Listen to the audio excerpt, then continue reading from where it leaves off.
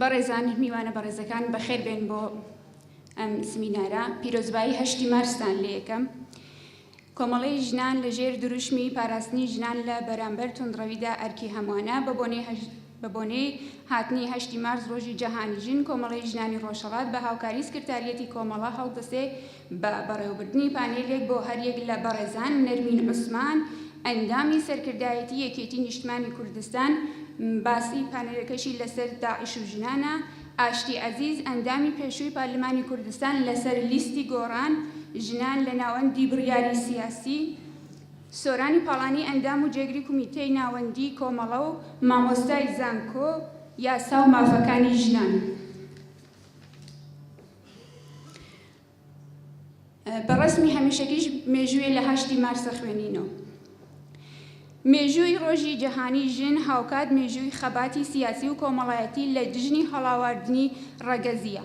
ئەم ڕۆژە ڕۆژی هاودەنگی بۆ خەبات لە ڕێگەی دەستەبەرکردنی مافەکانی بەرامبەر و ئازادیەکانی ژنانە لەم ڕۆژەدا بوو کە ژنان لە کارگای ڕستن و چنین لە شاری نیویۆرک لە وڵاتی ئەمریکا لە دژی بێمافی و بارودۆخی سەختی کار ڕاپەڕین و خوازیاری حقوقی بەرامبەر لەگەڵ پیاوانە بوون هەر بەو بۆنەوەشەو ژنان لە ناو کارگاکەدا گەمارۆدران و دواتریش بە شێوەیەکی گوماناوی ئاوریان تێبەردا و لە نەهایەتدا 129 ژن لەم کارگا لە ناو ئاوردا سووتان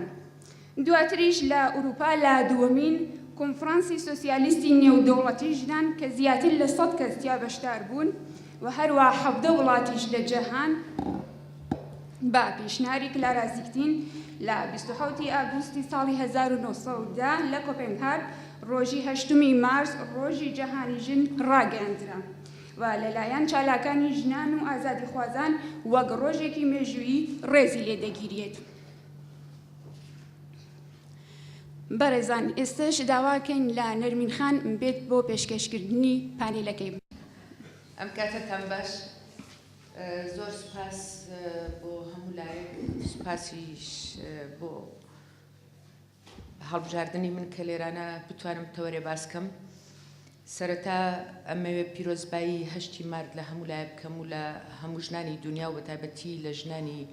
کورد و لە ناو ژنانی کوردش ئێستا لە ژنانی بەرەی جەنگ ژنانی شەڕبان و ژنانی پێشمەرگە کە ئێستا زۆربیان لە بەرەکانی جەنگن و درود بۆ گیانی پاکی هەموو شەهیدێک لە ناویشیانە ژنە شەهیدەکان چکە من جایە ناکەمەوە بەڵام لە بەر 8 مارس جایە نەکەمەوە و پیرۆزباییش لە هەموو نەتەوەی کوردەکەم بە یادی ڕاپەڕین و یەک لە دوای یەکەکانی ناوچەکانی کوردستان. بۆی زۆر کاتم نەچێ لە قسەکردن من جارێکی کە سوپاس بۆ هەموو لایەک و سوپاس بۆ ئامادەبوونتان ئەمەوێ باز لە پەیوەندی وشەی داعش و ژن خۆمان ئێستا کە گوێمان لێ دەبێت لە هەموو شوێنەکە کە باس لە داعشە کرێ ئەکسەر ژن یەتە بەرگوێت و لەو شوێنانەی کە داعش دەسەڵاتدارن دیسانەکە پەیوەندیەکی جەدەلی هەیە لە نێوان داعش و ژن. داعش کە بۆ ئەو پەیوەندیە جەدەلیە هەیە داعش کە هەڵگری فکری سەلەفی جیهادی تەکفیریە و یەکێکە لە باڵە توندڕەوەکانی قاعیدە بەلکو خوشتی قاعیدەیە هەروای پێ دەڵێن خوشتی قاعیدەیە باڵە توندڕەوەکەی جیهادیەکەی قاعیدەیە کە باس لە فکری سەلەفی جیهادی تەکفیری دەکەینەوە. سەلەفی ئەوەیە گەڕانەوەیە بۆ خودی سەردەمی دروستبوونی ئیسلام بۆ کولتورێکی دواکەوتووی 1400 ساڵی پێشی ئەمڕۆ. ئەمان سەرەتا کە وەهابیەکان دەستیان پێکرد بە سەلەفیەت و دوای ئەوەش ئیخوانی موسلیمین کە دەستیان پێکرد بیر و بۆچوونەکان وا بوو کە قیەمی ئەخلاقی بەها ئەخلاقیەکانی ئەو سەردەمە بێننەوە پێشەوە نەک کولتورێکی خراپەکاری و توندڕەوی و توند و تیژ. دەیانویست دوورکەونەوە لە کولتورێکی غەربی بچنەوە ناو کولتورێکی ئیسلامی کە گوایە ئەم سەردەمە محافظکارە و پارێزگاری لە ئیسلامیەتی و بەها ئیسلامیەتیەکانەکە. سەلەفیەت بۆ ئەو وەختە بوو کە سەلەف هەر لە گوشەیەکی عەرەبیە یعنی هی کۆن بەنسبەت سەلەفی ئیسلامیش ئەوەیە سەردەمی سەرەتاکانی دروستبوونی ئیسلام، سەردەمی پێغەمبەر یا سەردەمی خولەفای ڕاشدین، ئەو سەردەمانەیان پێویستە. بەڵام پاشەوەی کە ماوەیەکی دوور و درێژ ئەو فکرە مایەوە، فکرەی سەلەفی مایەوە، پێویستی بەوە بوو کە ئایا چۆن ئەو فکرە بچێتە قاڵبی جێبەجێکردنەوە. ئیتر خۆ نابێ هەر لە فکر بڵاوبوونەوەی نییە، بیریان لەوە کردەوە بە هۆی هەندێ خەڵکی توندڕەوی ناو سەلەفیەکانەوە، بیریان لەوە کردەوە کە فکرێکی جیهادی تەکفیری دروست ببێ. سەرەتا فکرێکی جیهادی دروست ببێ، ئەوە بوو کە ئیسلامی سیاسیان دروست کرد. ئیسلامی سیاسی، طبعا ئیسلامی سیاسی ڕەنگی زۆرە، من نامێ بچمە ئەو مێژوانە چونکە لە تەوەرەکەی خۆم لامە بە، بەڵام هەر بۆ ئەوەی بزانین سەرەتاکەی کە فکری جیهادی پێیا بوو ئەوەیە کە تۆ بە زۆرم بڵێ فکری سەلەفیەت ئەبێ بە جیهاد بڵاوی کەیتەوە لە بینی خەڵکە. فکری جیهادیش پێویستی بەوەیە کە تۆ باز لە سیاست دەکەی، سیاست کارێکی مۆدەرنە، کارێکی سەردەمیە، پێویستی بە بەڵگەی مقنع، بەڵگەیە کە خەڵک باوەڕی پێ بکرێت لە سەردەمی بۆ لیبرالەکان، بۆ یەساریەکان، بۆ شوعیەکان، بۆ کۆمونیستەکان، بۆ دیموکرات خوازەکان، بۆ سۆسیال دیموکراتەکان. تۆ ئەبێ بەڵگەت هەبێ وەکو سەلەفی بۆی بەرپە کە سیاست دەکەی بەرپەچی ئەوانە بیتەوە. بەڵام لەبەرەوەی کە خەڵکی سەلەفیەکان خەڵکێکی دواکەوتون، خەڵکێکی متەخەلیفن، تەنها لە سنووری ئاینەکەی خۆیانە زۆر قەتیزماون، بەڵگەی ئەو تۆیان پێ نییە کە بەرەنگاری مقنعی قسەکانی سەلەفیەت ببنەوە، قسەکانی لیبرال و جەماعەتەکەی تر ببنەوە، لەبەرەوە هەستان بە شتێکی تر ئەو جارە تەکفیریشیاندانە. هەموو شتێک بە کفردا ئەنێ ئەگەر لە ئیسلامە دوور بێ. جا بۆیە هەموو وشەکان سەلەفیەتیش و جیهادیش و تەکفیریش ئەگەر بە وردی لێکی بیتەوە هەر هەمووی دژی ژنە، دژی پێشکەوتنی ژنە، دژی خوێندنە. بۆکۆ حەرام، هەر وشەکەی بۆکۆ حەرام، بۆکۆ حەرام بۆکۆ بە لە زمانی نەیجیری یعنی دژی خوێندنی غەربی، دژی خوێندنی غەربیە، ئیسلامیەکان هاتن دژی خوێندنی غەربیان دانا. ئەنجا بەم شێوە فکری جیهادی تەکفیریە تەکفیر بە هەموو شتێکی تازەگەریەک، جیهاد لە دژی هەموو کەسێکەکە کە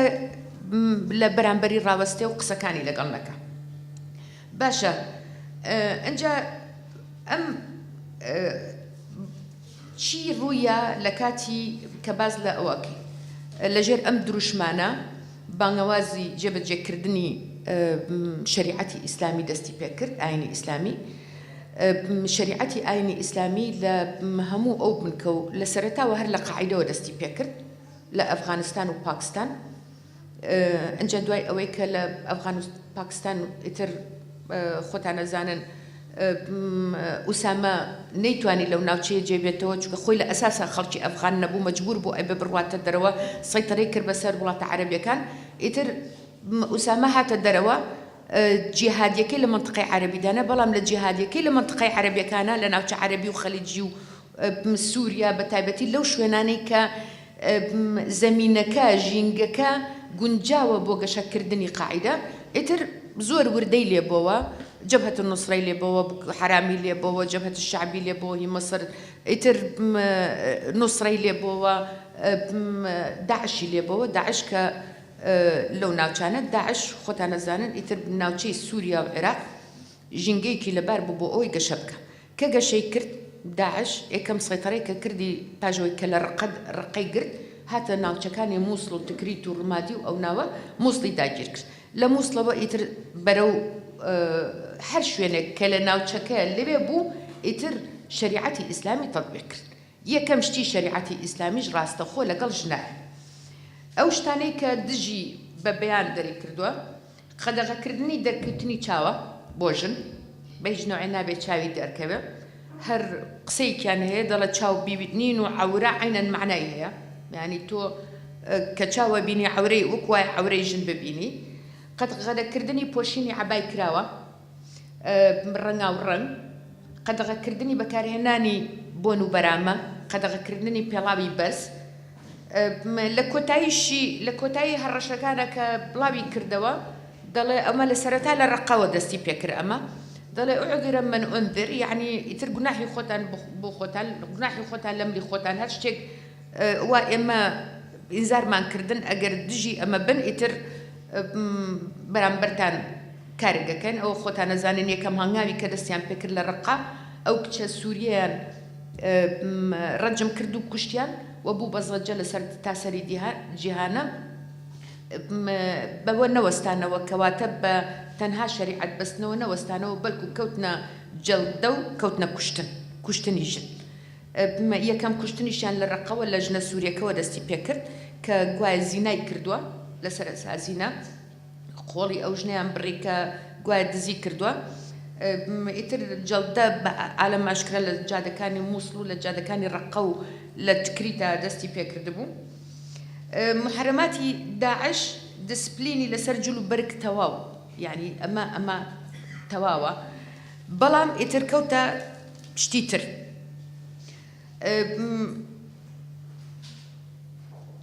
یەکەم ئەوەی کە خۆتان نەیزانن دوای جەڵدە و ئەوە ئیتر دەست پاشەوەی کە گرتنی مووسڵ و ناوچەکانی سنجار ئیتر کاری سەبیش دەستی پێکرد سەبی لە دینی ئیسلامی یعنی بە کۆیلەکردنی ژنی شەڕکەرەکان یعنی ئەوانەی کە شەڕ لەگەڵ دەکەن بەڵام خۆ خەڵکی یەزیدی نەشەڕکەر بوون و خەڵکێکی ئاشتی خواز بوون بەڵام سەبی هەموو ئەهلی حرب پێی دەڵێن سەبی یعنی بە کۆیلەکردنی ژنی ئەهلی حرب ئەمە وشەیەکی عەرەبیە یعنی لە سەبیەوە هاتووە لە سەردەمی دینی ئیسلامیەوە ئەنجا جگە لەوەش کەواتە هەموو ژن وەکو مەڕ و ماڵات و ئاژەڵ بەکاریە ئەڵێ ژن و مناڵ و مەڕ و ماڵات و ئاژەڵ لە ئەهل الحربە بۆ تۆیە سەبی بکەی بۆ تۆیە بیگری بیهێنی و ببێ بە مڵکی خۆت لە یەکێ لە بەیانەکانی کە لە مووسڵ لە مزگەوتەکانی مووسڵ بڵاوی کردەوە بە ملەوەنی لە ڕێگەی پرسیار و جواب بوو لە پرسیارەکانە یعنی بڵاوی کردەوە بەناو مزگەوتەکان و بەناو خەڵکە پرسیارەکان وایە دەڵێ کە ئایا سەبی حرامە یا حەڵاڵە دەڵێ هەر خۆی یعنی لە پرۆشۆرەکە پرسیار و وەڵامە دەڵێ بەڵێ حەڵاڵە سەبی چونکە لە قورئانە هاتووە دەپرسێ ئایا بۆت هەیە بچیتە لای ئەو ژنانە کە سەبیت کردوون دەڵێ بەڵێ بۆت هەیە بچیتە لای ئەو ژنانە ئەگەر هاتوو کچ بوو ئەگەر هاتوو کچیش نەبوو چاوەڕوانەکەی تاکو عەدەی مانگانەی بۆ دێ تاکو سەری مانگ بۆ ئەوەی ئینجا هەر بەخۆی خۆیان نوان نووسیوە کە دەڵێ ئەگەر هاتوو ڕەحمی پاک بوو ئەنجا تۆ بۆت هەیە کە بچیتە لای یعنی ئەگەر ڕەحمی پاک نەبوو مناڵێک لە ئەهلی حەربا بێ بۆت هەیە بیکوژی بۆت هەیە بە ژنەکە و بە مناڵەکەەوە بیکوژی چکە ڕەحمی پاک نییە چکە لە پیاوێکی تر لە دایک بوو ئەو مناڵە دەڵێ ئەگەر ڕەحمی پاک بوو بۆت هەیە دوای سەری مانگ جارێککە بچیتەوە بۆ لای دەڵێ هەر لە پرسیارێکی تراکە لە پرۆشۆرەکە بڵاو کراوەتەوە دەڵێ بۆت هەیە ئەڵێ ئایا لە تەمەنی شوکردنا چەندە دەڵێ 9 ساڵ کچی 9 ساڵ ئەگەر نازج بوو ئەگەر نازجیش نەبوو بۆت هەیە تەمەتوعی پێوە بکەیت بۆت هەیە لەزەتی لێ ببینی لە پرسیارەکە دەڵێ ئایا بۆت هەیە لەزەت لە مناڵتر لە 9 ساڵ ببینی دەڵێ بەڵێ بۆت هەیە لە مناڵتر بەڵام بە شەرتێک نەچیتە لای ژنەکە نەچیتە لای کچەکە مناڵەکە یعنی بەس لەزەتی لێ ببینی اینجا سەیری تا چ ڕادەیەک نەفسیەتی نەخۆشی بڵاو دەکرێتەوە لە ناو کۆمەڵگایەکی ئیسلامی یعنی توندڕەوی جیهادی تەکفیری ئەمە هەمووی بەشێک لە تیرۆرەکان بە هەموو معناکانەوە تیرۆرەکانە کە ئومەمی متحیدە و نەتەوە یەکگرتوەکانە خستوێتی قەڵبی تیرۆرەوە لە پرسیارێکی کات دەڵێ بۆت هەیە سەبی ئەڵێ چەندت هەیە چەند ئەتوانی لەلات بێ ئەو ژنانە ئەتوانی ئەڵێ وەما مەلەکەت ئەیمانکم یعنی چەند قودرەت و تااقەتە هەبێ ئەوەندە ئەتوانی بچیتە لای ئەو ژنانە ئەڵێ ئایا ئەتوانی دوو خوشک لە هەمان کات دەڵێ بەڵێ دەتوانی بەڵام لە عینەن کاتنا لە دوو کاتی جیاوازە ئەڵێ ئەتوانی لەگەڵ پور و خزم و خوشک و هەمووی بەیەکەوە والحاصل وەحشەتناکێکی سەردەمی کە هیچ عەقڵێکی ئەم سەردەمە قبوڵی ناکە ئەمە داعش یعنی ژن داعش و ژن ئەو پەیوەندیانە ئەنجا پرسیار و وەڵامی زۆری تایە کە هەندێکیان کە ئینسان ئەشی خوێنێتەوە لە ڕووی نایە باسی کایانی ئەنجا یەکێکی تریش کە دایناوە خەتەنەکردنە فەرزی کردووە هەموو ژنێکە بێ هەموو کچێک و ژنێک ئەوانەی کە خەتەنە ژنەکراوە مەسیحیەکانە خەتەنەیان بکەن بەڵام داعش پەیوەندی لەگەڵ ژنە متەناقیزاتی زۆر زۆرتیایە یعنی تەناقوزاتێک هەیە هەر ئەو ڕواڵەتە نییە کە ئەم هەموو فەرزە لەسەر خەڵکەکە چکە ژنێکی زۆریان لەگەڵە باشە ئەو ژنانە بۆ پەیوەندیان پێوە کردو چۆنە پەیوەندیان پێوەکەن کە ئەمە ڕەفتاری داعش بێ لەگەڵ ژنە خۆی پاش قەزەکەی سووریا تەقینەوەکەی کە لە ئەوەی نزیکی ڕەقە بوو پاش تەقینەوەکە ژنێک تەقینەوەکەی کردبوو خۆکوژیەک بوو ئیتر بڕیاریان نا کە تائیبی ژن دروستکەن دوو کەتیبەیان هەیە ئێستا کەتیبەی خەنسا و کەتیبەی ئومڕەیان کەتیبەی خەنسا یەکێکە لە کەتیبە ژنەکانی کاروچاچی زۆریان هەیە پێویستیانە بۆ چەند شتێک کە کەتیبەکانیان دروست کردووە کەتیبەی ژن یەکێ لە کەتیبەکانیان ئەوەی بۆ یەکێ لە ئەرکەکانیان ئەوەی پارە پەیداکەن هانی ژنانی دنیا بن بۆ ئەوەی کە بێن پەیوەندی بکەنەوە بە داعش بە تایبەتی بۆ ژنانی خەلیج و هەروەها چەک گواستنەوە چووکە ئاسانە گواستنەوەیان ئیتر تۆڕە کۆمەڵاتیەکانیان بۆ بەڕێوە دەبن تەفتیشی ژنەکەن کە تێپارڕێن و لە هەروەها سەرپەرشتی زیندانی ژنان سجنی ژنان دەکەن ئەمە ئەرکی کەتیبەی خەنساءە بەڵام لە تۆڕە کۆمەڵاتیە کچە ئەوروپیەکان دەڵێن ئەمانە شەڕیش دەکەن و مەشقیش دەکەن تەمرینیش دەکەن دوو خیتابی جیاواز هەیە خیتابێک هەیە ئەڕوا بۆ ژنی خەلیجی خیتابێک هەیە ئەڕوا بۆ ژنی ئەوروپی و غەربی ڕۆژ ئاوایی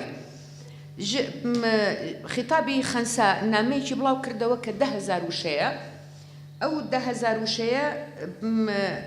بڵاوی کردەوە لە خەنسا ڕاستەوخۆ بۆ ژنانی خەلیج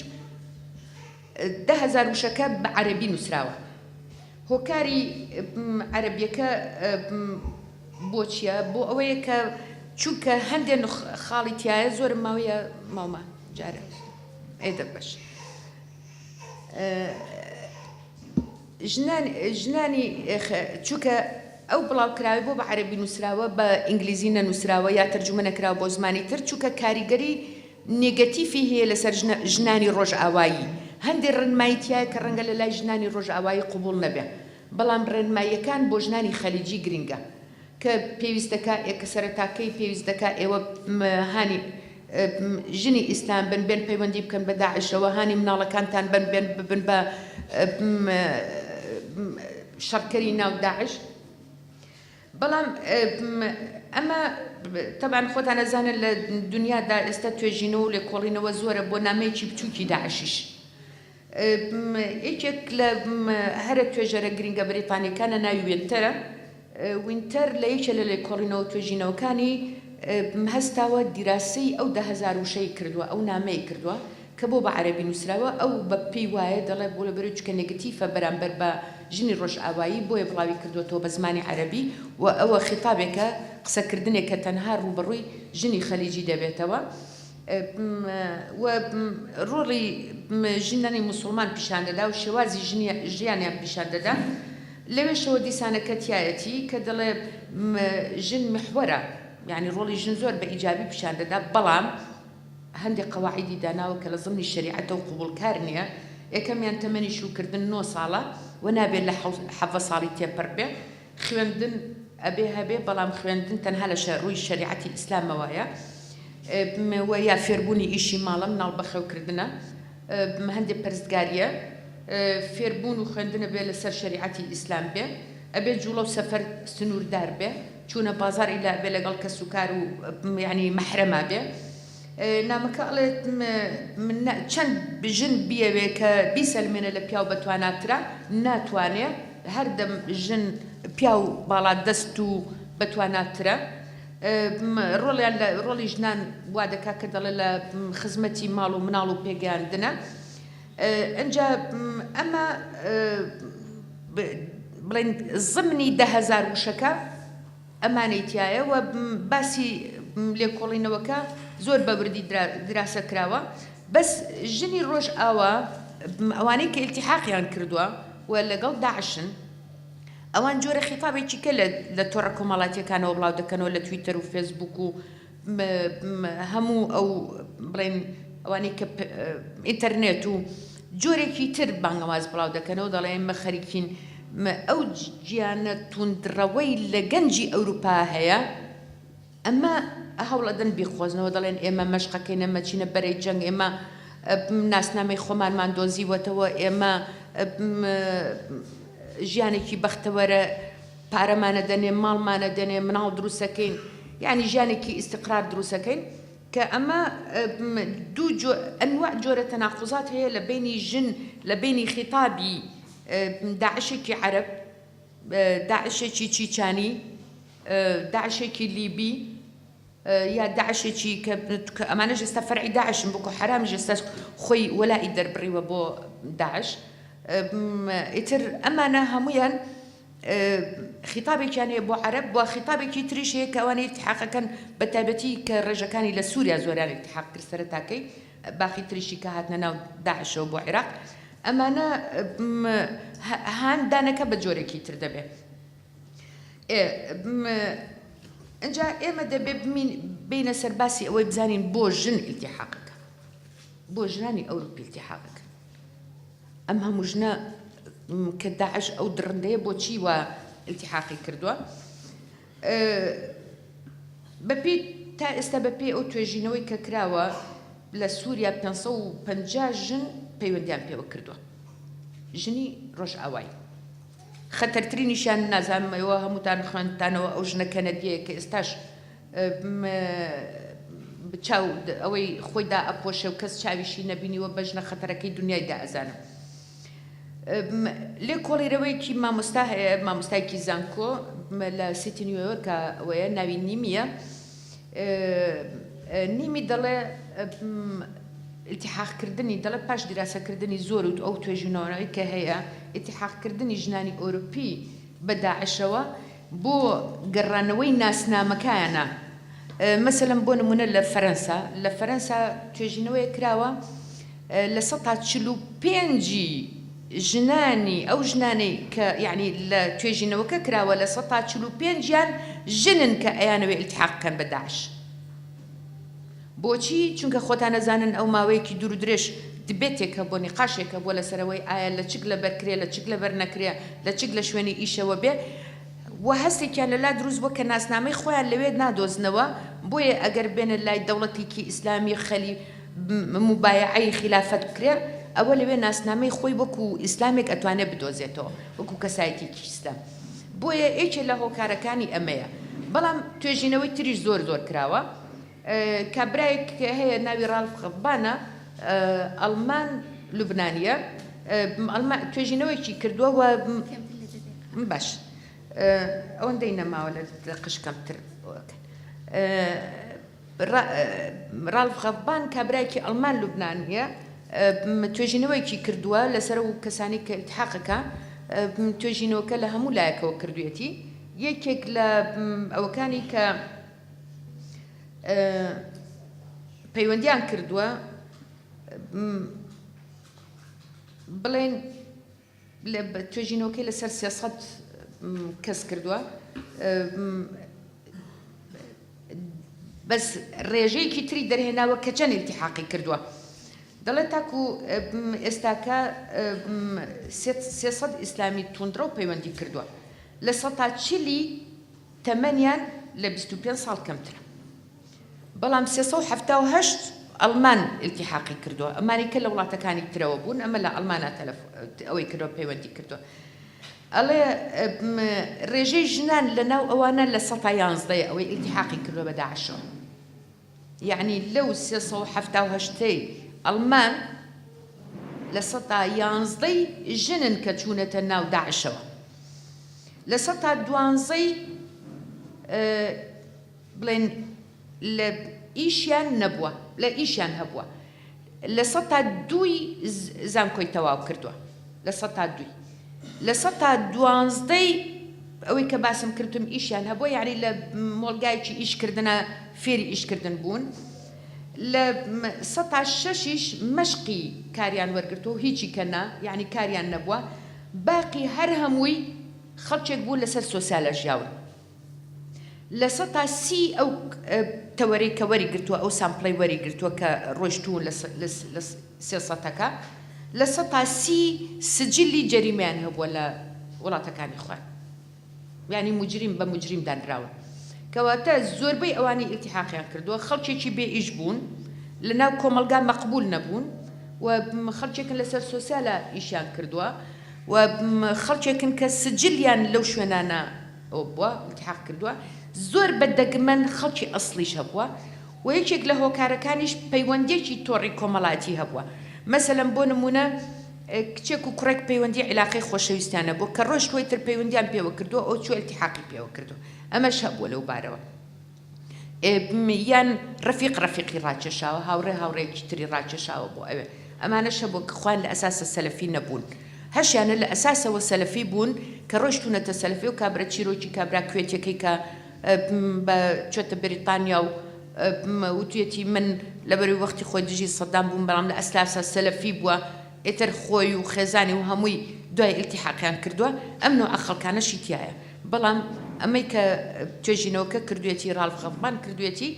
تقریبا پیشانمانەدا خۆی توێژەرەوەیە ئوستازە لە جامعە پرۆفیسۆرە توێژینەوەکەشی هەر لە قسمی ئەوە ئیشەکە دژە تیرۆری جیهانی ئیشەکە اینجا یەکێک لە ئەوەکانی ڕالف دەڵێت بانگەواز بۆ شەڕ مەرج نییە ئەو خەڵکە هیچ مەسلحەتێکی بێ بەڵام جانێکی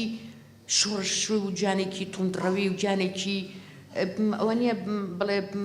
هەروە بە عەرەبیەکە بە ئینگلیزیەکە دێ I will change یعنی من ئەتوانم بیگۆڕم دنیا بگۆڕم لە گەنجا هەیە اینجا وا ئەزانێت کە چوو لە شتێکی توندڕەوە ئەوە نییە کەسایەتی خۆی لەوێ ئەسەلمێنێ و کەسێک بۆ لە کۆمەلگاکەی خۆی فاشر بۆ ئێستا چەک بەشانیەوەیتی و خەڵکە کوژێ و خەڵکە بڕێ هەست بە کەسایەتی خۆی دەکا لەوێ بۆیە ئەو نوعا یعنی جانی توندڕەوی ئەوە خەڵک ڕائەکێشێ حتا لە خۆی ئەمە حەقیقەتە یعنی ئێمەش خۆمان کە پێشمەرگە بە جانی سرود و پێشمەرگە و چەک و وەنیە هەزاران بە لە کاتی سرودا استعدادی هەیە بچێتە بەرەی جەنگا بەبێەوەی خۆشی لە هەزار تەقینەوە ئەدا یعنی ئەم گیانە بۆ ئەوروپیەک کە ژیانێکی ممیل من ماوەیەک لەمەوبەر چوبوومە لای هەواڵانی پەکەکە لە لای یەپەدا ئیتر هەندێک ژنانی یەپەژەشم بینی لەوێ هەر بۆ سەردانی ئەوان ڕۆشت بووم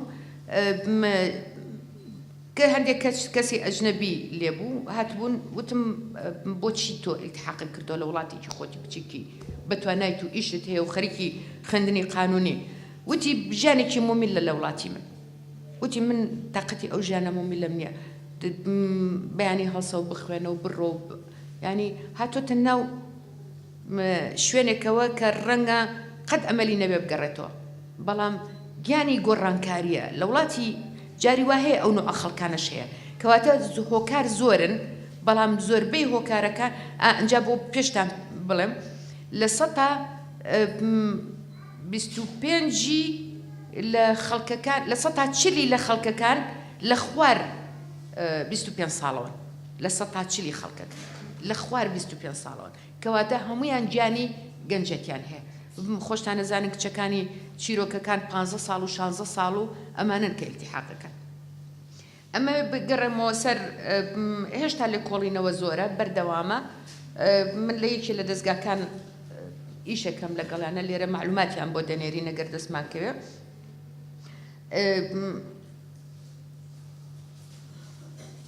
لە ئەوەی کە ئەمە بگەڕێمەوە ناوچەکانی شنگەل تەمانەوەی کە بەرامبەر بە کورد کراوە بەڵگەنەویستە کە ژنانی ڕاستەوخۆ ئەوەی کە بەرامبەر بە کوردیان کردووە بە هیچ وڵاتێکی تریان نەکردووە و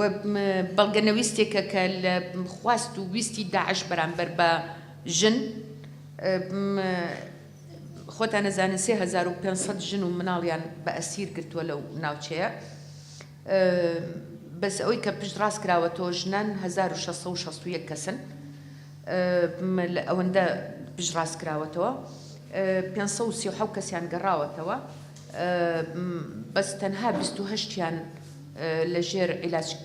نەفسین من زۆرێک لەوانم بینیوە چێشەمان زۆرە بەڵام خۆشبەختانە ئێستاش بەردەوامە لەوەی کە ئەو ژنانە لە هەر شوێنێک بن بیانگەڕێنەوە بۆ ناوچەکانی خۆیان هەموو ئەو قسانێک کە باسم کرد لە ڕووی تعەداکردن و لە ڕووی چوون بۆ لایەن و لە ڕووی نەفسیەت و لە ڕووی ئیشپێکردن و لە ڕووی زەلیلکردن و هەمووی وەکو چیرۆک خۆیان ئەیگەڕنەوە کە چیان بەسەر هاتوو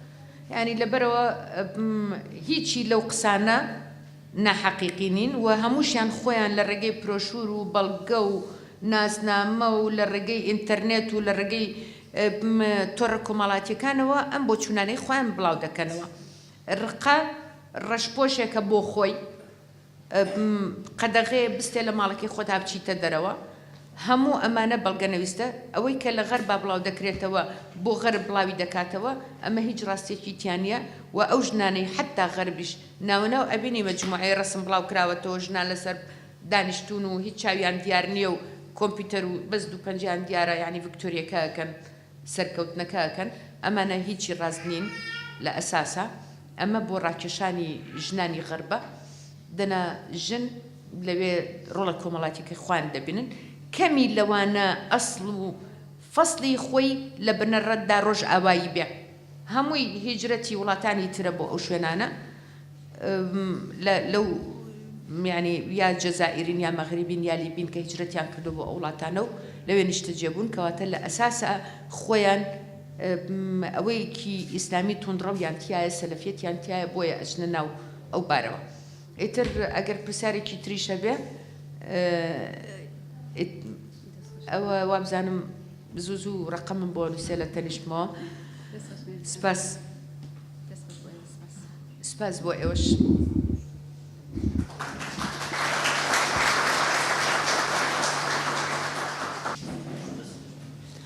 سپاسی نەرمین خانەکەی نیستش داواکەین لە ئاشتی عەزیز کە فەرمی بۆ باسگاری تەوەرەکەی سەرەتا سڵاوتان لێبێت زۆر سوپاسی کۆمەڵی ژنانی ڕۆژهەڵاتەکەم کە ئەم دەرفەتیان پێیان چانسێک بوو بە فەخرە وەرمانگر زۆر سوپاسی کۆمیتی ناوەندی شەکەین کە هەم ئەم پشکیان پێیان کە قسە بکەین من لێرە هەوڵ ئەدەم سەرەتا پیرۆزباییەک بکەم بە بۆنەی 8 مارسەوانەیە گەرچی من بڕوام وایە هەموو ڕۆژێک ڕۆژی ژنە هەموو ڕۆژێک دەبێت پیرۆزبایی لێ بکەین و لێرەوە دەرفەتێکی گەورەیە کە سوپاسی ژنانی باشوور و ڕۆژهەڵات و باکوور و بەتایبەت ئەزمموی کۆبانی کە بەڕاستی هاوکێشەیەکی مرۆیی هەبوو نەک عەسکەری زۆر کەس مەسەلەی کۆبانی وەکو هاوکێشەیەکی عەسکەریە بینێ بەڵام ئێمەی ژن لە دیدێکەوەی بینین کە هاوکێشەیەکی مرۆییان بۆ ئێمە ڕێک کردەوە کە لە زۆر شوێن ئەوترا ژن توانای ئەوەی نییە لە ڕووی جەستەی و لە ڕووی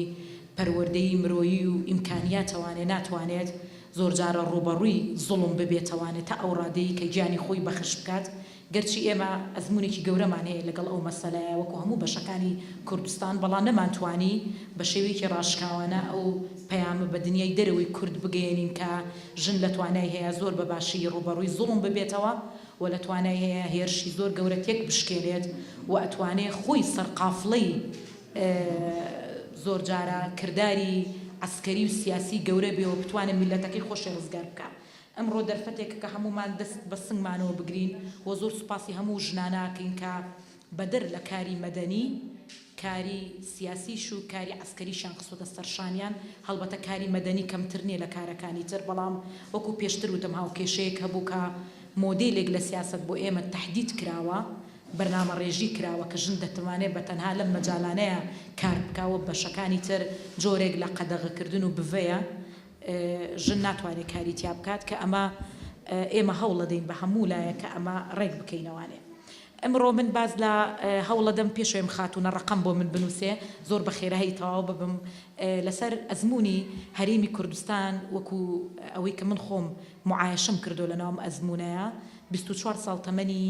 کاری کارگێڕیمان هەیە 24 ساڵ تەمەنی کاری کۆمەڵایەتی و سیاسیمان هەیە لە ناو هەرێمی کوردستانە کە لەوانەیە ئەم ئەزمونە تۆزێک زەحمەت و دژ بە یەک بێ ئەگەر مقارنەی بکەین بە ئەزمونەکانی تری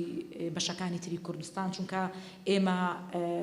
تەجروبەی دەوڵەتداریمان هەیە کە لێرە لەوانەیە ئاسانتر من بتوانم قیاسی لەسەر بکەم کە ئێمە گەیشتونەت لەکوێ دەستمان پێکرد وە گەیشتینەکوێ. بابەتەکەی من لەسەر ژنە لە ناوەندی بڕیارە و ژن لە هەرێمی کوردستانە بە تایبەت باشووری کوردستانە چەندێک توانیوێتی لە پێگەی بڕیاردانا بێت. ئێمە بە پرسیارێک دەست پێ یەکەم بۆ هەموو حیزبە سیاسیەکانی باشووری کوردستان ئایا ژن لە سەرەتای دەستپێکی سیاسەتە بە گرنگەزانرێت یان لە مەحسڵەی کۆتاییە. بەپێی ئەو لێکۆڵینەوەی کە من کردومە حیزبەکانی باشووری کوردستان لە مەحسڵەی کۆتاییە ژن بە گرنگ نازانن لە حیزبەکانی خۆیانە و باشترین بەڵگەش بۆ ئەم گریمانەیە ئەوەیە کە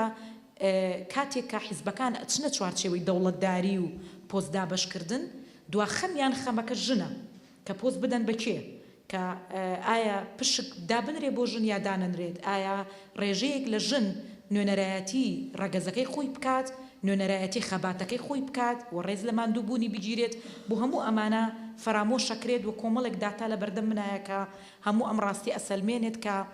لە باشووری کوردستانە بەداخەوانێ لە مەحسڵی کۆتایی حیزبەکانە شتێک بە گرنگ نامبینێ پێی بوترێت هاوبەشی سیاسی ژن. لەلای هەموومان ئاشکرایە من نامێ بچمەوە سەر بنەما باوەکان کە لە هەموو کۆڕ و کۆبوونەوەیەکە باسەکەین کە ژن